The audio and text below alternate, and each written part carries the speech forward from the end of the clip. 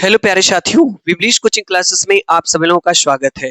यह क्लास मेरे उन भाइयों के लिए है जो लोग जो है कि इस बार सीटेट 2025 के लिए जो है प्रिपरेशन करना चाह रहे हैं।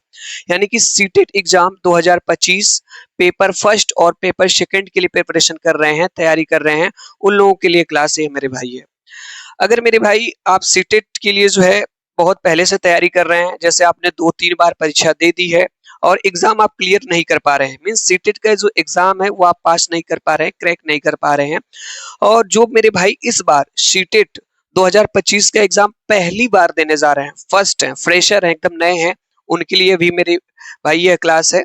मैं आज आपको बताऊंगा कि किस तरह से आप अपनी तैयारी करेंगे सीटेट एग्जाम के लिए मेरे भाई, कि लगभग 2 से 3 महीने पढ़ करके मेरे भाई 2 महीने भी अगर आप तैयारी करते हैं तो आसानी से आप जो है 150 नंबर में से मेरे भाई अगर देखा जाए तो 90 प्लस नंबर आप ला सकते हैं। ये तो मेरे भाई मैं कम बता रहा हूँ, इससे ज्यादा ही नंबर आप स्कोर कर सकते हैं। इसके लिए आपको क्या करना होगा, कौन सी ऐसी टेक्निक, कौन सी ऐसी प्रॉपर स्टडी का जो तरीका होगा आपको अपनाना होगा, किस तरह से आप पढ़ेंगे, क्या पढ़ेंगे मेरे भाई, सब कुछ मैं आपको बताऊंगा। देखिए मेरे भाई, मैं आपको बता दूं, सीटेट एग्जाम की अगर बात कर लिया जाए तो इसको पास करने के लिए, सीटेट एग्जाम को जो है पास करने के लिए जो है, चाहे आप कितना भी पढ़ें, ठीक है, सबसे ज्यादा जरूरी हो जाता है शिक्षण। क्या हो जाता है? शिक्षण। शिक्षण पे मेरे भाई जिसका कमांड हो जाएगा, जिसकी पकड़ हो जाएगी, वो आसानी से जो है सीटेट एग्जाम जो है क्रैक कर लेगा।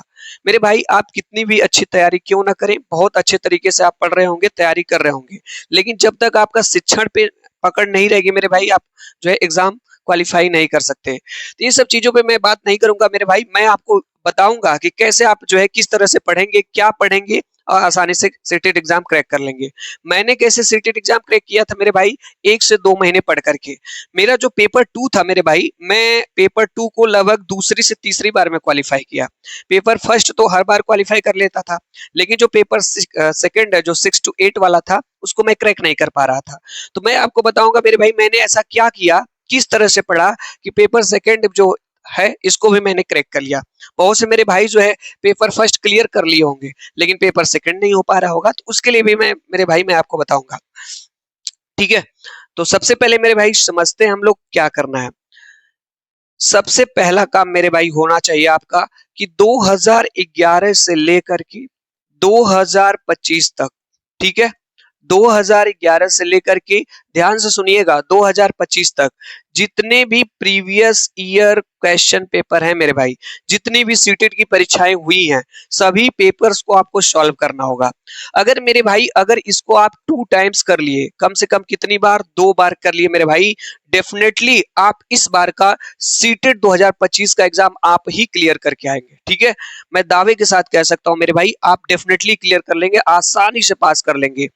जब तक मेरे भाई 2011 से लेकर के 2025 तक प्रीवियस ईयर क्वेश्चन पेपर मेरे भाई आप नहीं लगाएंगे, चाहे कितना भी पढ़ें, आपके लिए कम ही रहेगा। इसलिए मेरी आपसे रिक्वेस्ट रहेगी कि 2011 से लेकर के 2025 तक का जितने भी पेपर हैं, पहले उसको आप सीक्वेंस वाइज सॉल्व करिए, ठीक है। टाइम लगा लीजिए, पेपर्स ले लीजिए, आप सॉल्व कर लीजिए। अगर मेरे भाई आप चाहते हैं कि 2011 से लेकर के 2025 तक कंप्लीट पेपर मेरे भाई मैं इस चैनल पे अपने कराने जा रहा हूं, आज मेरी यह सीटेट एग्जाम के लिए पहली क्लास है, ठीक है। मेरे इस चैनल से मेरे भाई जुड़ जाइए, विमलेश कोचिंग क्लासेस से सब्सक्राइब करके जुड़ जाइए। मैं एग्जाम के अंत तक आपके साथ जुड़ा रहूंगा, ठीक है। और आज से ही मेरे भाई आपको एक पेपर कराने जा रहा हूं, ठीक है। यह पेपर मेरे भाई आपका जो है, जो परीक्षा आपकी हुई थी 26 जून 2011 से, हम 2011 से मेरे भाई स्टार्ट करेंगे, ठीक है। 2011 के सभी पेपर कराएंगे, इसके बाद 12, 13, 14 जितने भी हैं मेरे भाई सीक्वेंस वाइज आपको कराते जाएंगे, ठीक है। तो जो परीक्षा आपकी 26 जून 2011 को हुई थी मेरे भाई, उसका हमने पेपर लिया है। पहले हम आपको क्या कराने जा रहे हैं, बाल विकास एवं शिक्षा शास्त्र मीन्स सीडीपी का पोर्शन, ठीक है, जिसके 30 प्रश्न रहते हैं, आपको पता होगा मेरे भाई। 5 सेगमेंट अगर प्राथमिक की बात कर लिया जाए तो जिसमें 5 विषय पूछे जाते हैं, ठीक है। पहला जो सब्जेक्ट आपसे पूछा जाता है वो पूछा जाता है बाल विकास एवं शिक्षा शास्त्र का, ठीक है। जिसमें जो है लगभग 30 प्रश्न रहते हैं। तो ये हम आपको 30 प्रश्न कराने जा रहे हैं। ये 2011 का पेपर है। पहले हम आपको बाल विकास एवं शिक्षा शास्त्र करा रहे हैं, इसके जस्ट बाद हम आपको जो है हिंदी कराएंगे। इस तरह से जो है लगभग सभी सब्जेक्ट्स आपको करा देंगे। तो चलिए मेरे भाई, विदाउट डिले, ये रहा आपका सामने पेपर। आज की क्लास का पहला प्रश्न आपके सामने ये रहा। ठीक है मेरे भाई,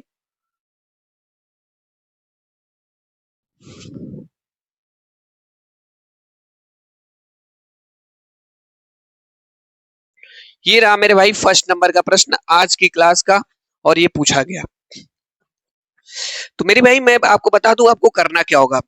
जब भी इस क्लास को मेरे भाई देख पा रहे होंगे, आज मेरी पहली क्लास है और आपकी भी पहली क्लास होगी अगर हमारे साथ, आप अपने साथ एक रफ और पेन लेकर के जरूर बैठे। मैं आपको कुछ टैग वर्ड्स बताऊंगा, उन टैग वर्ड्स को मेरे भाई आपको लिखना है। मैं आपको बता दूं मेरे भाई, एक सप्ताह तक मेरे साथ जुड़े रहिए। आप सीटेट की जो शिक्षण विधियां हैं उसमें इतनी अच्छी आपकी पकड़ हो जाएगी केवल इन सभी पेपर्स को सॉल्व करके। ठीक है, उसमें आप टैग वर्ड्स को लिखेंगे, मैं कुछ अच्छे टैग वर्ड्स बताऊंगा, उसके माध्यम से आप ऑप्शन टिक करने का तरीका भी आपको बताऊंगा। सीटेट में मेरे भाई एक चीज और भी बता दूं प्रश्न सॉल्व करने से पहले, कि प्रश्न दे करके घबराना नहीं है और पेशेंस रखना है। सीटेट एग्जाम वही लोग पास करते हैं मेरे भाई जो लोग पेशेंस रख करके प्रश्न को पढ़ते हैं, प्रश्न को पढ़ते हैं और साथ साथ ऑप्शंस को भी पढ़ते हैं। ठीक है, तो आपको घबराना नहीं है, अच्छे से पढ़ना है, और जितने भी टैग वर्ड्स मैं आपको बताऊंगा अच्छे ढंग से आपको लिखना है, और हमारे साथ इन प्रश्नों को आपको पढ़ना है और ऑप्शंस को भी पढ़ना है, लेकिन हमसे पहले आपको आंसर दे देना है। ठीक है, आंसर सोच लेना है किस तरह से इसका आंसर होगा। तो चलिए मेरे भाई पहला प्रश्न पढ़ते हैं और स्टार्ट करते हैं आज की क्लास का। मेरे भाई पहला प्रश्न आपके सामने ये रहा, फर्स्ट नंबर का प्रश्न है। प्रश्न क्या करा है पढ़ते हैं। प्रश्न है कि बच्चे के विकास के सिद्धांतों को समझना शिक्षक की सहायता करता है। प्रश्न क्या है, बच्चे की विकास के सिद्धांतों को समझना शिक्षक की सहायता करता है। यानी बच्चे का जो सिद्धांत होता है विकास का, इसको समझने के लिए, ठीक है, शिक्षक की सहायता करता है। क्या सहायता करता है? पहला ऑप्शन है शिक्षार्थी की आर्थिक पृष्ठभूमि को पहचानने में, शिक्षार्थियों को क्यों पढ़ाना चाहिए यह औचित्य स्थापित करने में, शिक्षार्थियों की भिन्न अधिगम शैलियों को प्रभावी रूप से संबोधित करने में, चौथा ऑप्शन है शिक्षार्थी के सामाजिक स्तर को पहचानने में। मेरे भाई चार ऑप्शन है, चारों में से कौन सा ऑप्शन सही होगा? आप सही से सोच लीजिए कि इसका आंसर क्या हो सकता है। अपने मन में तो सोच ही सकते हैं राइट आंसर इसका क्या हो सकता है। इसका सही आंसर मेरे भाई हो जाएगा, आपका राइट आंसर हो जाएगा आपका ऑप्शन नंबर थर्ड। अब आप कहेंगे सर ऐसा क्यों, आपने कैसे पहचाना कि इसका सही आंसर ऑप्शन नंबर थर्ड हो जाएगा? प्रश्न क्या पूछा था मेरे भाई, बच्चे के विकास के सिद्धांतों को समझना शिक्षक की सहायता करता है। हमने ऑप्शन क्या सेलेक्ट किया? शिक्षार्थियों की भिन्न अधिगम शैलियों को प्रभावी रूप से। ठीक है, यदि मेरे भाई किसी ऑप्शन में प्रभावी रूप से है, ठीक है, आप जल्दी से अपने कॉपी पे नोट करिए, प्रभावी रूप से। ठीक है, अगर ये टैग वर्ड्स आ रहा है तो ये ऑप्शन आपका सही होगा। इस वर्ड को मेरे भाई ऑप्शन में, तो आप कॉपी में मेरे भाई कैसे बनाएंगे, इधर देखिए मैं जो आपको बता रहा हूँ, दो कॉलम बना लीजिए। ठीक है, दो कॉलम नहीं बना रहे हैं तो एक ही कॉलम में यहाँ पे आप लिखेंगे। एक मिनट मेरे भाई, यहाँ पे आप लिखिए positive tag words, positive tag words, और पहला पॉइंट मेरे भाई बनाकर लिख लीजिए प्रभावी रूप से, प्रभावी रूप से। ठीक है मेरे भाई, मैंने आपको बताया ना, एक हफ्ते तक मेरे क्लास में जुड़े रहिए। मैं आपको बता रहा हूँ आपके ज्यादातर क्वेश्चन सही होने लगेंगे। ठीक है, तो इसका सही आंसर मेरे भाई हो जाएगा आपका ऑप्शन नंबर थर्ड हो जाएगा, ये हो जाएगा। ठीक है, बढ़िया है। अगले क्वेश्चन पे चलते मेरे भाई। अगला क्वेश्चन आपके सामने ये रहा, इसको आप लोग देखें। ये रहा आपके सामने अगला क्वेश्चन। चलिए पढ़ते हैं इस क्वेश्चन को मेरे भाई। प्रश्न हमारा है कि पुरुष स्त्रियों को पुरुष स्त्रियों की अपेक्षा ज्यादा बुद्धिमान होते हैं, यह कथन पुरुष स्त्रियों की अपेक्षा ज्यादा बुद्धिमान होते हैं, यह कथन सही हो सकता है? पहला ऑप्शन मेरे भाई, अच्छे से पढ़ना है, लैंगिक पूर्वाग्रह को प्रदर्शित करता है, बुद्धि के भिन्न पक्षों के लिए सही है, और से सभी है, मतलब सभी ऑप्शन आपके सही है। कौन सा ऑप्शन सही होगा मेरे भाई? आप लोग जल्दी से इसका आंसर सोच लें, क्या आंसर आपका हो सकता है। ठीक है, इसका राइट आंसर मेरे भाई हो जाएगा आपका ऑप्शन नंबर आपका सेकंड। फिर आपके एक मन में प्रश्न होगा कि सर कैसे ये सेकंड ही ऑप्शन सही हो रहा है, लैंगिक पूर्वाग्रह को प्रदर्शित करता है। तो मेरे भाई मैं आपको बता रहा हूं, ध्यान से समझिएगा। जब भी प्रश्न में मेरे भाई पुरुष स्त्री बालक बालिका, ठीक है, आपस में क्या किया जाए, तुलना किया जाए, ठीक है, कंपैरिजन किया जाए। जैसे यहाँ पे कहा गया है पुरुष स्त्रियों की अपेक्षा ज्यादा बुद्धिमान होते हैं, ठीक है, आपस में तुलना किया गया है, कंपैरिजन किया गया है। जब इस तरह से तुलना की बात किया जाए मेरे भाई बालक बालिका के बीच में, ठीक है, भेदभाव डिस्क्रिमिनेशन की बात किया जाए, उस कंडीशन में मेरे भाई एक वर्ड और आप याद रखेंगे, बल्कि इसको भी मेरे भाई टैग वर्ड्स में जरूर लिख लीजिए, लैंगिक पूर्वाग्रह। जल्दी से मेरे भाई टैग वर्ड्स में लिखिए, पहला टैग वर्ड्स लिखा आपने, दूसरा टैग वर्ड्स लिखिए, लैंगिक पूर्वाग्रह या लैंगिक रूढ़िवादिता, इसका ऑप्शन सही हो जाएगा। ठीक है, ऑप्शन नंबर सेकंड सही हो जाएगा। मेरे भाई मैंने कहा ना, आप मेरे साथ जुड़े रहिए अंत तक। बहुत से मेरे भाई क्लास छोड़ करके चले गए होंगे, तो मेरे भाई आप उस तरह के प्रश्नों का अभ्यास कर रहे हैं जो सीटेट एग्जाम में पूछे गए हैं, ठीक है, और 2011 का भी हम स्टार्ट किए मेरे भाई। प्रश्न आपको बहुत से मेरे भाइयों को लग रहा होगा कि हल्के प्रश्न है, तो मेरे भाई किसी भी चीज की स्टार्टिंग हल्का से ही होता है, इजी से होता है, धीरे धीरे उसका जो लेवल होता है अप होता है, ठीक है। कथन और कारण वाले भी क्वेश्चन जो है इस समय बहुत ही ज्यादा पूछे जा रहे हैं, तो उसको भी मेरे भाई मैं अंत में कराऊंगा, अभी नहीं। चलिए, ये रहा मेरे भाई अगला प्रश्न आपके सामने, बहुत ही जबरदस्त प्रश्न है, बहुत ही शानदार प्रश्न है, इसका आंसर आप बताएंगे क्या होगा। ये रहा मेरे भाई आपके सामने अगला प्रश्न, आप बताएंगे क्या आंसर होगा। मैंने कहा ना, सीटेट एग्जाम मेरे भाई वही क्रैक कर सकता है, वही क्लियर कर सकता है जो प्रश्न को पढ़ना सीख गया और ऑप्शंस को पढ़ना सीख गया। मेरे हर क्लास में मैं मेरे भाई मैं आपको ये बातें आपको बताते रहूंगा। प्रश्न क्या है मेरे भाई, थर्ड नंबर का प्रश्न है, कह रहा है कि इरफान खिलौने को तोड़ता है और उसके पुर्जों को देखने के लिए उन्हें अलग अलग कर देता है, आप क्या करेंगे। मेरे भाई इरफान क्या करता है, पहले खिलौने को तोड़ देता है, उसके बाद पुर्जों को देखने के लिए उसको अलग अलग कर देता है, आप क्या करेंगे, आप क्या करेंगे, ठीक है। उस पर हमेशा नजर रखेंगे, क्या ऐसा करेंगे, उनके जिज्ञासु स्वभाव को प्रोत्साहित करेंगे और उसकी ऊर्जा को सही दिशा में संचारित करेंगे, क्या ये करेंगे। तीसरा ऑप्शन है, उसे समझाएंगे कि खिलौने को तोड़ना नहीं चाहिए, और चौथा है इरफान को खिलौने से कभी भी नहीं खेलने देंगे। मेरे भाई सीटेट के प्रश्नों का आंसर देते समय मैं आपको बता दूं, बीच बीच में बताता रहूंगा, हमेशा आपको एक पॉजिटिव स्टेटमेंट सोचना है। पॉजिटिव स्टेटमेंट यानी कोई भी स्टेटमेंट ऐसा नहीं सिलेक्ट करना है जो निगेटिव होगा, समझ रहे हैं, हमेशा आपको पॉजिटिव। जैसे यहाँ पे देखिएगा, इरफान को खिलौने से कभी भी नहीं खेलने देंगे, निगेटिव ऑप्शन है मेरे भाई, ये नहीं होगा, इस तरह से चौथा नहीं होगा। उसे समझाएंगे कि खिलौने को तोड़ना नहीं चाहिए, ये भी नेगेटिव है, इस तरह से ये भी नहीं होगा, और उस पर हमेशा नजर रखेंगे, ये भी नहीं होगा। इस तरह से देखा जाए मेरे भाई तो इसका सही आंसर हो जाएगा ऑप्शन नंबर सेकंड, यानी उनके जिज्ञासु स्वभाव को प्रोत्साहित करेंगे और उसकी ऊर्जा को सही दिशा में संचारित करेंगे। आप कहेंगे सर कैसे, तो नोट करिए मेरे भाई, यदि किसी ऑप्शन में प्रोत्साहित वर्ड आ रहा है, क्या आ रहा है, प्रोत्साहित वर्ड आ रहा है, और ये भी जिज्ञासु, दोनों को लिखिए। अभी मेरे भाई आपने क्या लिखा था, इसके ऊपर दो टैग वर्ड्स आपने लिखा, उसके नीचे इसको भी शामिल करिए, प्रोत्साहित और इसके बाद जिज्ञासु, ठीक है। पॉजिटिव स्टेटमेंट के लिए आपका ऑप्शन नंबर थर्ड सही हो जाएगा। चलिए मेरे भाई अगले प्रश्न पे चलते हैं। अगला प्रश्न आपके सामने ये रहा, कुछ ये प्रश्न आपके सामने है, थोड़ा सा बड़ा प्रश्न है, हाँ ठीक है, चलिए देखते हैं इसका आंसर मेरे भाई बताएंगे क्या होगा।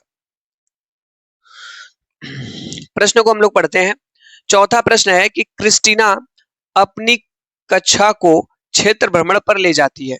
क्रिस्टीना एक अध्यापिका है जो अपनी कक्षा को क्षेत्र भ्रमण पर यानी बच्चों को घुमाने के लिए ले जाती है, और वापस आने पर अपने विद्यार्थियों के साथ भ्रमण पर चर्चा करती हैं, यह की ओर संकेत करता है। यानी कि क्रिस्टीना एक अध्यापिका है जो अपने बच्चों को क्षेत्र भ्रमण पर मतलब घुमाने के लिए ले जाती हैं, और उसके बाद वापस आने पे बच्चों के साथ उस पर डिस्कशन करती हैं उस भ्रमण के बारे में। यह किसके लिए संकेत कर रहा है मेरे भाई, पहला ऑप्शन है सीखने के लिए आकलन, आकलन के लिए सीखना, आकलन का सीखना और सीखने का आकलन असेसमेंट। तो मेरे भाई इसका सही आंसर आपका हो जाएगा, राइट आंसर हो जाएगा आपका ऑप्शन नंबर ए, सीखने के लिए आकलन। मेरे भाई जब वो बच्चों को ले जा रही हैं जो है भ्रमण पर, तो किस लिए ले जा रहे हैं? सीखने के लिए, कुछ नई नई चीजें सीखेंगे बच्चे, घूमेंगे जाएंगे तो नई नई चीजों को देखेंगे, जानेंगे, प्रश्न पूछेंगे, ठीक है। तो ये किसके लिए? सीखने के लिए आकलन हो रहा है, ठीक है। ले जा रही हैं तो कुछ सीखेंगे और जब आएंगे तो कुछ पूछेंगे, तो यही हो जाएगा सीखने के लिए आकलन, ठीक है। सीखने के लिए आकलन, ऑप्शन नंबर मेरे भाई फर्स्ट करेक्ट हो जाएगा। नेक्स्ट क्वेश्चन पे चलते हैं। ये रहा मेरे भाई पांचवा प्रश्न आपके सामने, 5 नंबर का प्रश्न है। बहुत ही शानदार प्रश्न मेरे भाई, बहुत ही गजब का प्रश्न है, ठीक है। पांचवा प्रश्न है, ये आंसर इसका आप बताएंगे क्या होगा। थोड़ा सा और बड़ा कर लेते हैं, जूम कर लेते हैं इसको। हाँ चलिए, इसका आंसर बताएं मेरे भाई। प्रश्न को पढ़ते हैं। प्रश्न क्या है कि प्रत्येक शिक्षार्थी स्वयं में विशिष्ट है। इसका अर्थ है कि प्रत्येक जो विद्यार्थी होता है, जो बालक होता है, अपने आप में विशिष्ट होता है। इसका अर्थ है कि पहला ऑप्शन है मेरे भाई, शिक्षार्थियों में न तो कोई समान विशेषताएं होती हैं और न ही उनके लक्ष्य समान होते हैं। मैंने आपको क्या कहा मेरे भाई, नेगेटिव ऑप्शन नहीं चलेगा, नकारात्मक स्टेटमेंट को कट कर देना है। यहाँ करा है शिक्षार्थियों में न तो कोई समान विशेषताएं होती हैं और न ही जो है समान लक्ष्य होता है, यानी ये वाला ऑप्शन आपका नहीं होगा। सेकेंड वाला ऑप्शन है कि सभी शिक्षार्थियों के लिए एक समान पाठ्यचर्या संभव नहीं है। सभी शिक्षार्थियों के लिए एक समान पाठ्यचर्या संभव नहीं है, ये भी नेगेटिव है, ये भी नहीं होगा। आगे देखते हैं, एक विषम रूपी कक्षा में शिक्षार्थियों की क्षमताओं को विकसित करना असंभव है। असंभव नेगेटिव वर्ड है मेरे भाई, लिखिए, लिख लीजिए मेरे भाई। जैसे आपने एक पेज बनाया होगा पॉजिटिव टैग वर्ड्स का, तो 2-3 पेज मेरे भाई उसको छोड़ दीजिए, एक पेज बना लीजिए नेगेटिव टैग वर्ड्स का, ठीक है। नेगेटिव टैग वर्ड उसमें लिख लीजिएगा जैसे असंभव, ये वर्ड आएगा मेरे भाई, ये नकारात्मक है, ये नहीं हो सकता। अगला ऑप्शन है मेरे भाई यहाँ पे कि कोई भी दो शिक्षार्थी अपनी योग्यताओं, रुचियों और प्रतिभाओं में एक समान नहीं होते हैं, ठीक है।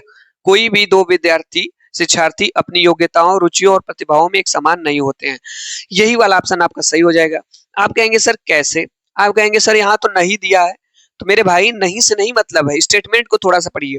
कोई भी दो विद्यार्थी, यानी कोई भी जो दो बालक होते हैं, ठीक है, विद्यार्थी होते हैं, क्या वो अपनी योग्यताओं में, जो उनके अंदर कैपेसिटी होती है, दो बालक को ले लीजिए, क्या उनके अंदर जो योग्यता होती है, रुचियां, जो उनके अंदर इंटरेस्ट होता है, किसी चीज को जानने का जिज्ञासुपन जो होता है, और प्रतिभाओं में एक समान नहीं होते हैं। सही बात है, नहीं होते हैं। दो बालक को ले लीजिए, क्या यो योग्यता में, क्या उनकी जो रुचियां होती हैं, क्या उनकी जो जो प्रतिभा होती है, क्या एक समान होती है? नहीं होती है। इस तरह से ऑप्शन आपका सही हो जाएगा। तो मेरे भाई ये जो रुचि वर्ड है लिख लीजिए, पॉजिटिव टैग वर्ड्स वाले में लिखिएगा मेरे भाई, ठीक है। पॉजिटिव टैग वर्ड्स का कॉलम बनाए होंगे ना, उसमें आप लिख लीजिए ये रुचि, ठीक है, रुचियां, ठीक है। ये ऑप्शन आपका पॉजिटिव टैग वर्ड्स है, ये आपका फोर्थ ऑप्शन सही हो जाएगा।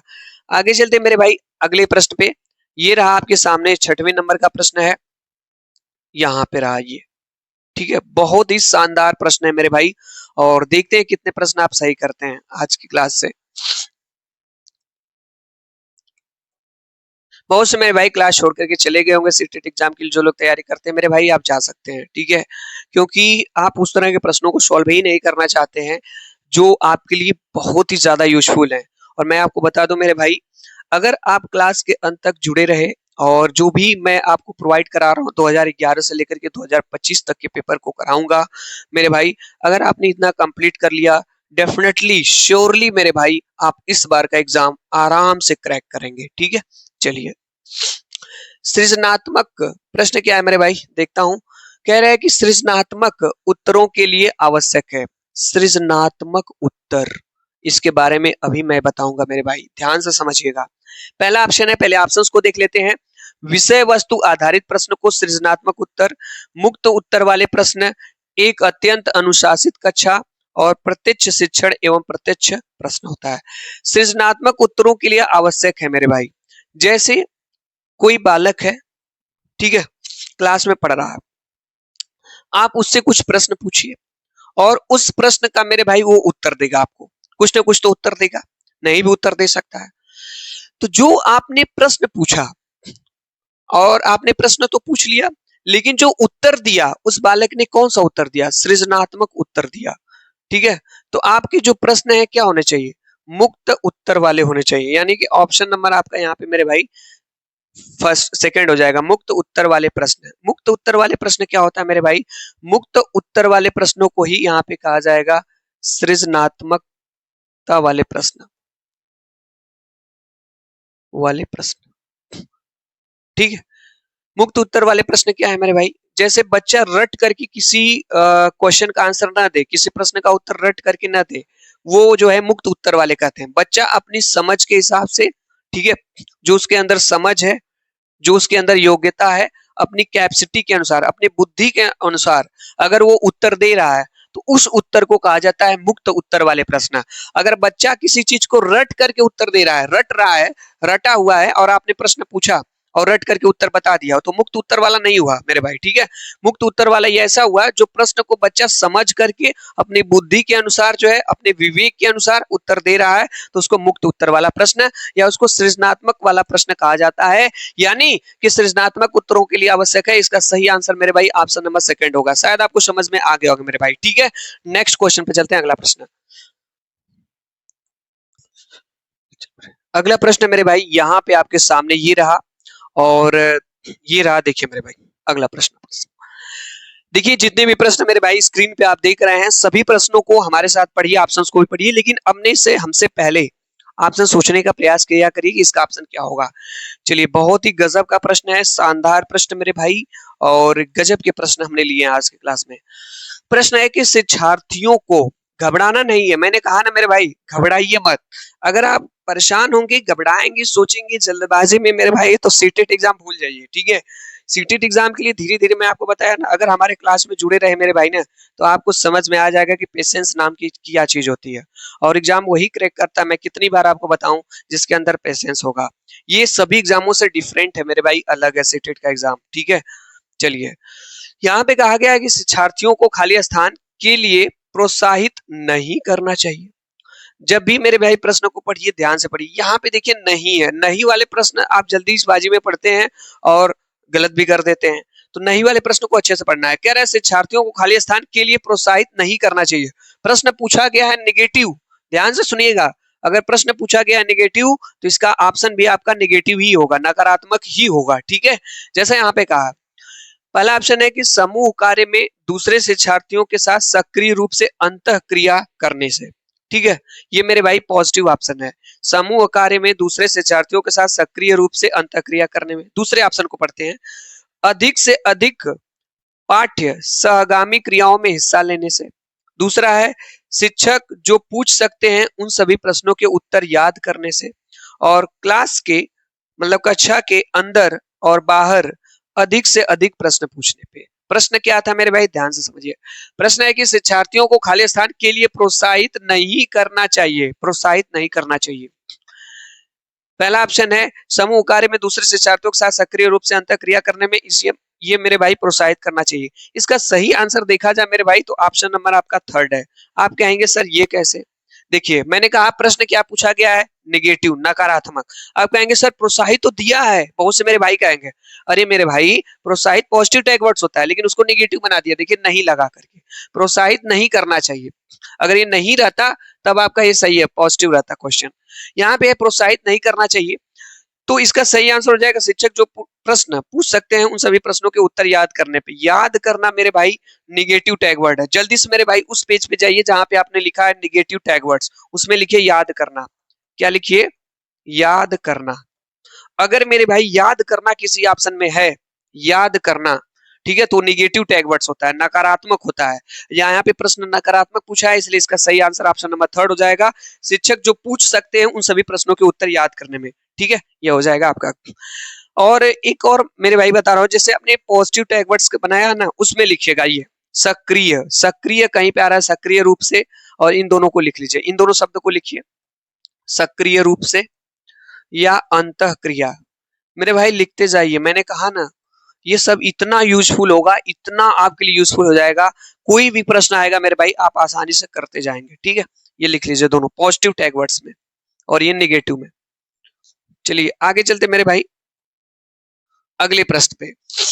आज की क्लास का 8वां प्रश्न आपके सामने है। ठीक है, ये रहा 8वां प्रश्न मेरे भाई आपके सामने। प्रश्न क्या है देखेंगे हम लोग, प्रश्न को पढ़ेंगे समझेंगे मेरे भाई। अंडरस्टैंडिंग पॉइंट ही तो बढ़ानी आपको है, समझने की शक्ति। प्रश्न क्या, प्रश्न है कि निम्नलिखित में से कौन सा रचनात्मक आकलन मींस फॉर्मेटिव असेसमेंट के लिए उपकरण नहीं है। देखिए मेरे भाई प्रश्न नेगेटिव पूछा गया, कह रहा है कि रचनात्मक आकलन मींस फॉर्मेटिव असेसमेंट के लिए उचित उपकरण नहीं है। पहला है मौखिक परीक्षा, ये है सत्र परीक्षा, प्रश्नोत्तरी और खेल दत्त कार्य। इसका सही आंसर हो जाएगा सॉरी मेरे भाइयों, इसका सही आंसर हो जाएगा आपका ऑप्शन नंबर सेकंड सत्र परीक्षा। मेरे भाई रचनात्मक आकलन के लिए आपकी मौखिक परीक्षा भी उचित उपकरण है, प्रश्नोत्तरी और खेल भी उचित उपकरण है और दत्त कार्य भी उचित उपकरण है, लेकिन सत्य परीक्षा जो है आपका यह जो है उचित उपकरण नहीं है। याद रखिएगा इस प्रश्न को मेरे भाई। ठीक है, चलिए आगे चलते हैं। अगला प्रश्न आपके सामने, ये कौन सा है, अच्छा हाँ 9वां प्रश्न है मेरे भाई। क्वेश्चन नंबर 9 है मेरे भाई, ध्यान से समझने का प्रयास करेंगे। प्रश्न है कि भारतीय समाज की बहुभाषिक विशेषता को देखा जाना चाहिए। जो भारतीय समाज की मेरे भाई जो बहुभाषिक, बहुभाषिक का मतलब मेरे भाई जिसमें बहुत सी भाषाओं की बात किया जाए उसे बहुभाषिक कहा जाता है। भारतीय समाज की बहुभाषिक विशेषता को देखा जाना चाहिए। पहला ऑप्शन है विद्यालयी जीवन को समृद्ध बनाने के संसाधन के रूप में। दूसरा ऑप्शन है विद्यार्थियों को सीखने के लिए अभिप्रेरित करने हेतु शिक्षक योग्यता की चुनौती के रूप में। तीसरा ऑप्शन है शिक्षार्थियों के लिए विद्यालयी जीवन को एक जटिल अनुभव के रूप में बनाने के कारक के रूप में। और चौथा ऑप्शन है शिक्षण अधिगम प्रक्रिया में बाधा के रूप में। यहाँ पे मेरे भाई यहाँ पे बाधा के रूप में नेगेटिव ऑप्शन ये नहीं होगा। ठीक है, जटिल अनुभव ये भी नहीं होगा। नेगेटिव टैग वर्ड्स में मेरे भाई लिखिए, जो आपने नेगेटिव टैग वर्ड्स लिखा है उसमें लिखिए बाधा, जटिल, लिखते जाइए मेरे भाई। मैंने आपको कहा ना एक दिन आपके पास ऐसी तैयारी हो जाएगी, कोई भी क्वेश्चन देखेंगे ज्यादातर प्रश्नों का आप आंसर दे लेंगे। चलते हैं अगला प्रश्न आपके सामने, ये रहा,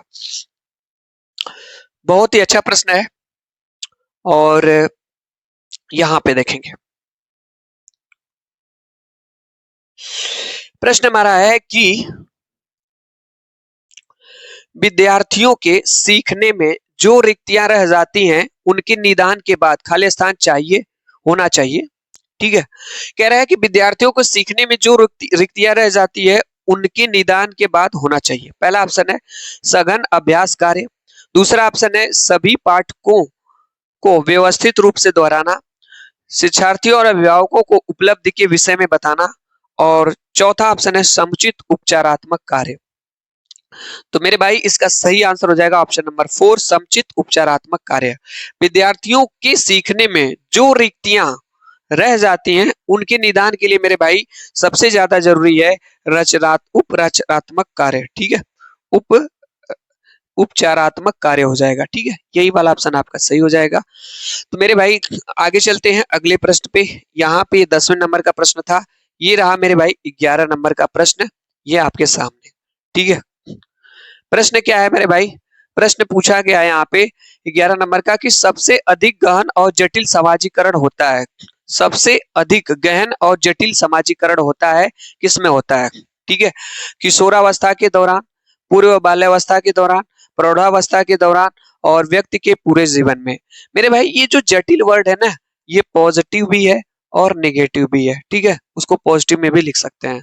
इसका आंसर मेरे भाई आप कमेंट्स बॉक्स के माध्यम से बताइएगा। इसके आगे के प्रश्नों को जो 11 से लेकर के 20 तक है मेरे भाई, इसको हम लोग अपने अगले क्लास में देखेंगे, ठीक है। डेली मेरे भाई मैं आपको बता दूं, एक क्लास आपको सीटेट की आपको मिलेगी अभ्यास के रूप में, चाहे वो हिंदी की हो सकती है, चाहे बाल विकास की हो सकती है मेरे भाई, ठीक है। पांचों सब्जेक्ट में ईवीएस की आपकी हो सकती है, मैथ की हो सकती है। मतलब मैंने कहा ना, 2011 से लेकर के 2025 तक जितने भी पेपर है मैं मेरे भाई मैं सब कुछ आपको कंप्लीट करा दूंगा। विमलिश कोचिंग क्लासेस को सब्सक्राइब करके मेरे भाई मेरे इस चैनल से आप जो है कि जुड़ सकते हैं। यदि आप जो है यूपी टेट, सी टेट या सुपर टेट के लिए मेरे भाई प्रिपरेशन करना चाह रहे हैं तो मेरे भाई मैं आपको बता दूं, यूपी टेट के लिए भी जल्द ही आपको मैं क्लास आपको प्रोवाइड करूंगा, ठीक है, सभी सब्जेक्ट्स की, पेपर फर्स्ट और पेपर सेकंड की।